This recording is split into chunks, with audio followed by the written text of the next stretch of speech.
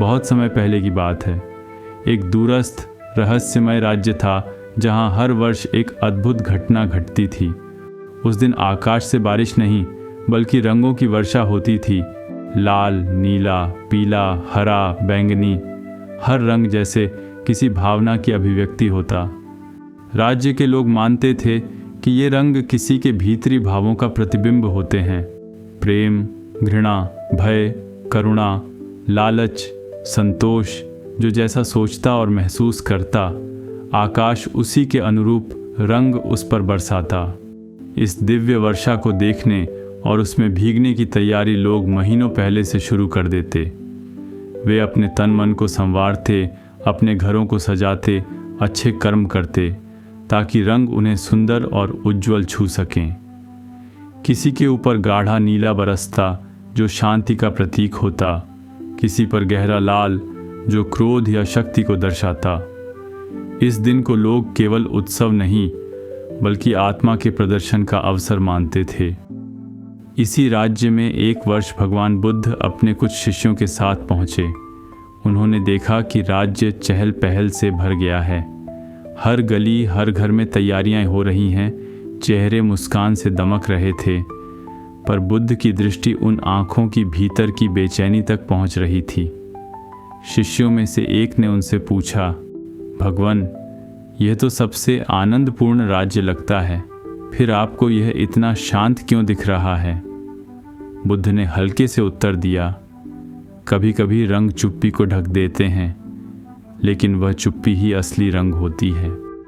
अगली सुबह वह विशेष दिन आ पहुंचा। आकाश बादलों से नहीं, चमकदार प्रकाश से भरा था। तभी आकाश से पहली बूंद गिरी, चमकता लाल, फिर पीला, फिर नीला, बैंगनी, हरा। जैसे जैसे लोग उस रंग में भीगते, उनकी भावनाएं खुलती जातीं। कोई हंस रहा था, कोई नाच रहा था, कोई आंखें बंद करके उस अनुभूति को आत्मसात कर रहा था। हर कोई रंगों में डूबा हुआ था। आत्मा की बाहरी अभिव्यक्ति जैसे चरम पर पहुंच गई हो। इन्हीं रंगों के बीच बुद्ध शांत भाव से एक वृक्ष के नीचे खड़े थे।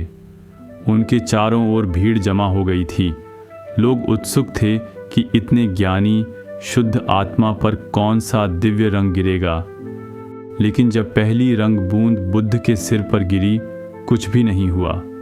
न कोई रंग, न कोई चमक, बस एक शांत, उज्जवल श्वेत प्रकाश धीरे धीरे उनके चारों ओर फैल गया। सब स्तब्ध रह गए। यह कैसे हो सकता है?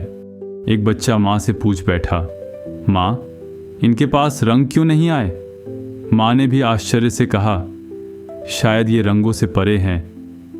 उसी क्षण राजा दौड़ता हुआ आया और पूछा, प्रभु, ये रंग तो हमारी आत्मा की छवि है। यदि आपको कोई रंग नहीं छू रहा तो इसका अर्थ क्या है?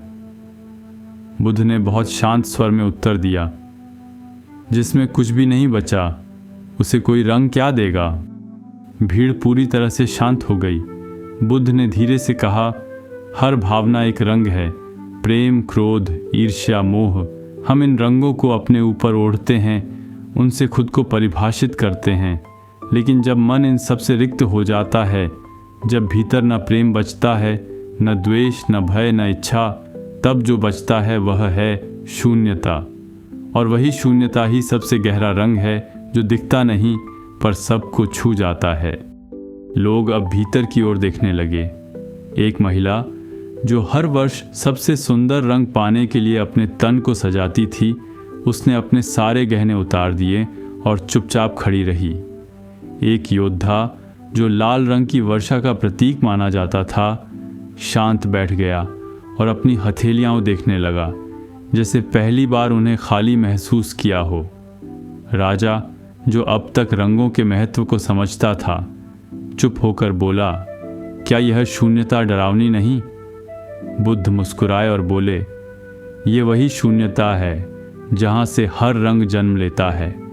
यह न अंत है न खालीपन, ये आरंभ है। उस दिन पहली बार राज्य में एक नया रंग बरसा, एक ऐसा रंग जो दिखाई नहीं देता था, लेकिन हर मन को भीतर से बदल गया। लोगों ने उस दिन कोई प्रदर्शन नहीं किया, कोई उत्सव नहीं मनाया। वे बस बैठकर अपनी चुप्पी को सुनते रहे और पहली बार उस शून्यता को महसूस किया जो पहले तक उन्हें डराती थी। बुद्ध की यात्रा आगे बढ़ गई, लेकिन उनके पीछे रह गए लोगों के भीतर एक नई यात्रा शुरू हो चुकी थी। उन्होंने रंगों को महसूस करना सीखा, उन्हें पकड़ना नहीं। उस महिला ने संन्यास ले लिया और बच्चों को सिखाने लगी कि भावनाओं से बड़ा होता है मौन। राजा ने हर वर्ष एक दिन शांति दिवस घोषित किया जब कोई रंग नहीं बरसता, केवल मौन होता है, ताकि लोग भीतर के रंगों को देख सकें। बुद्ध के एक शिष्य ने वृक्ष के नीचे बैठकर कहा, प्रभु, आपने आज हमें असली रंग दिखाया, वह जो खाली होते हुए भी सबसे गहरा होता है।